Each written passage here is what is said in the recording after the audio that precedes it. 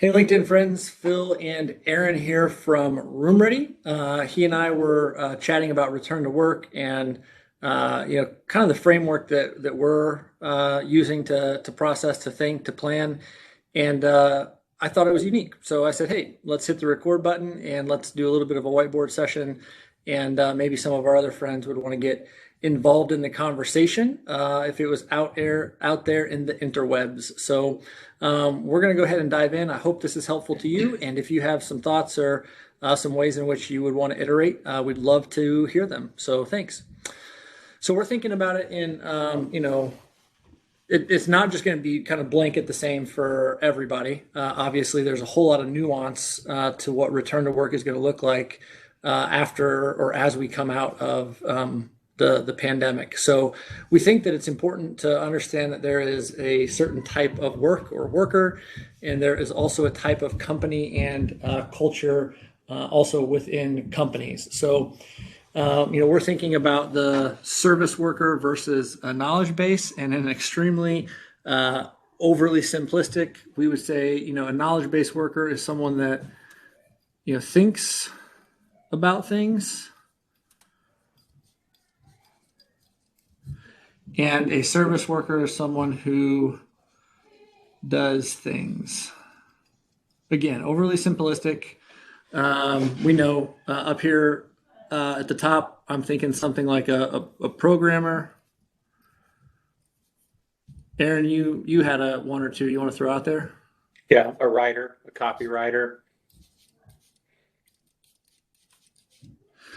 Down at the bottom, Aaron, what jumps to mind? Electrician, plumber, a doctor of almost any type.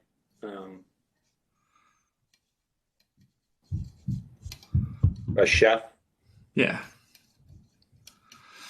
And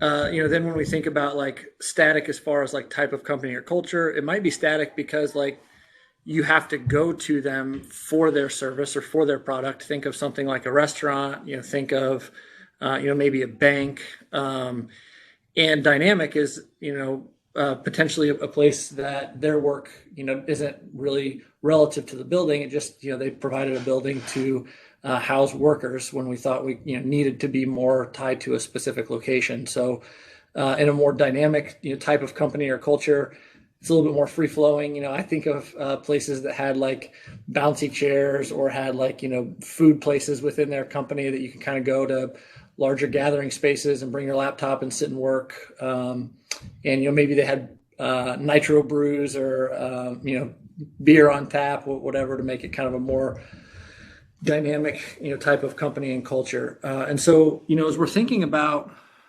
okay, if down here is work always happens at a location.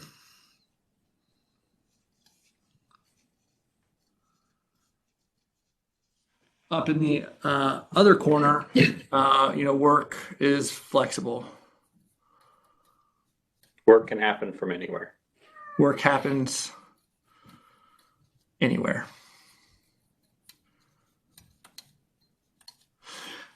So pre-pandemic, there was a line that kind of separated the two, and maybe it looked a little bit like this.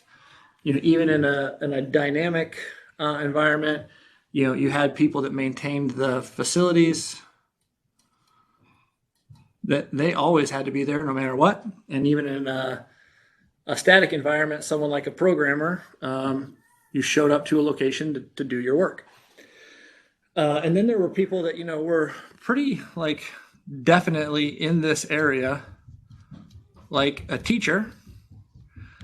And then the pandemic happened and the line got way tighter. So someone that, was very, very much in the work always happens at a building, at a specific location, is now in the work can happen from my home camp. And, we're thinking about, okay, well, what then happens, as we kind of relax that line? We don't think the line goes all the way back to here, right? there's probably some resetting in this space. And if we think about your company, let's say your company was a little bit here on the line, and so this space was folks kind of had the freedom, they had the ability to choose and to go outside of a building or location. Maybe they had some work from home time. So now if we think, okay, the line has shifted, it's moved back, even if your company hasn't changed, like your culture hasn't changed, your dynamic hasn't changed, type of work, like you actually probably still have a whole lot more ability for folks that are going to need to to be able to connect from anywhere. A lot more positions have transitioned more from go to work every day to work can happen from anywhere. Aaron, as you were processing through it, you kind of pointed out more about how sometimes we think, has our company changed a lot, right? But that might not be as relevant. Yeah, the company may not have changed as much as the workers have changed. For us specifically, we had a significant number of workers that said they would never be interested in working from home, that felt like it would be too many distractions, and they just didn't think they could manage their teams effectively. And then because of the pandemic, we moved everyone home like everyone did. And a lot of our knowledge workers, engineering, project management, really have, now that they have a dedicated space to work from home, they're going to choose to do that rather than come to work. And so I think that there's a big shift with employees on on what they want to do. And then there's going to be a shift within the organizations on what roles are needed. I talked to a Cisco seller a week or so ago about a casino out in Las Vegas, and they realized that they don't need to stay open during. They thought because they'd always done it this way, they had to stay open 24 hours in their nice restaurants, lose money all night when nobody was there because it was expected by their customers. So they were able to use the pandemic as their opportunity to make that reset, and they found out that it has no impact on their business, so they don't need them. I also have a friend that owns a real estate company, and they have a lot of properties all over the Midwest, and they thought they had to have somebody in their offices every day to answer the phone and take service tickets and just be there if somebody showed up to ask a question. And they realized that they don't need to staff that as full-time roles now. They can do it part-time and just have hours that are convenient for them. And so I think there's a shift there's the shift of what people want to do and what they've now realized they can do successfully, and how that the positive impact it's had on their life, and then what organizations need. Now, on the flip side, there are a lot of people who have also realized, like, you know what, I really like being at work. I want to be around people. I like the structure of getting up in the morning, going to a place, being there, and that provides the boundaries that I need personally to keep my mojo in check, my life balanced, right? And so I think that there are a lot of different, like, this isn't linear. People ask me a lot of times, what percentage of people do you think come back to work? And it's a much more complex question than that. And so a lot of it is based on what you want your world to be like, right? From an organizational situation or organizational point of view, what do I want my place of business to function like? And from a personal point of view, like, what's healthy? What am I the best at? And where am I the most productive? And this COVID reset has given us the opportunity to rethink a bunch of things that we just always did and continued to do without, and would have continued to do without this shift. Yeah, I think Aaron and I were, when we were chatting the other day, he made a comment of some people are talking about back to work as like a pretty defined thing, like it's definitely going to be this or it's definitely going to be that.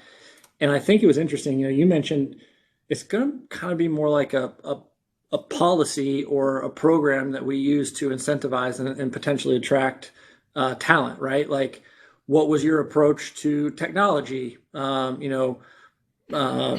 year ago or 2 years ago or 3 years ago, like, we had a major law firm client that spent $1 million improving meeting rooms in all of their buildings because they wanted to use their meeting rooms and the technology that they had available to them to attract new talent coming out of law school.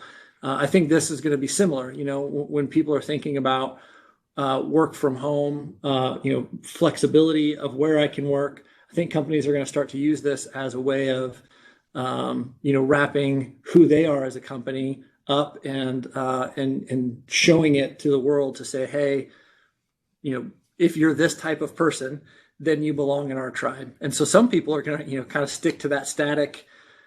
Mm-hmm. If you want to come and be at work, sit in a seat, we have great space for you.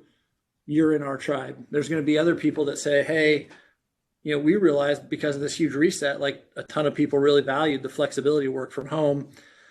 That's, we provide for that. You're actually part of our tribe. I think that, the interesting thing for technology companies like us is then, what does that mean for meeting equity, right? My wife works for a company that has 30,000 employees, and she's been told they're definitely not going back until June, July, or later.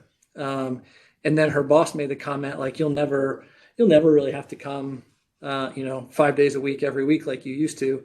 And my wife was like, but I'm in meetings all day, every day, and our meeting rooms don't have the equity that Zoom has had on my desktop to someone else's desktop. So if there's a couple people in a meeting room and I'm at my house, the conference phone is just not going to cut it. So I'm actually going to be more drawn towards feeling like I have to go back to work, even if my company has a lax policy because they haven't improved their technology during this time. So, if you're a company that's thinking about, hey, we might want to have a certain policy in place, we would encourage you to also think about what that means for meeting equity, and how people at home can connect to stuff that is going to be happening in your offices.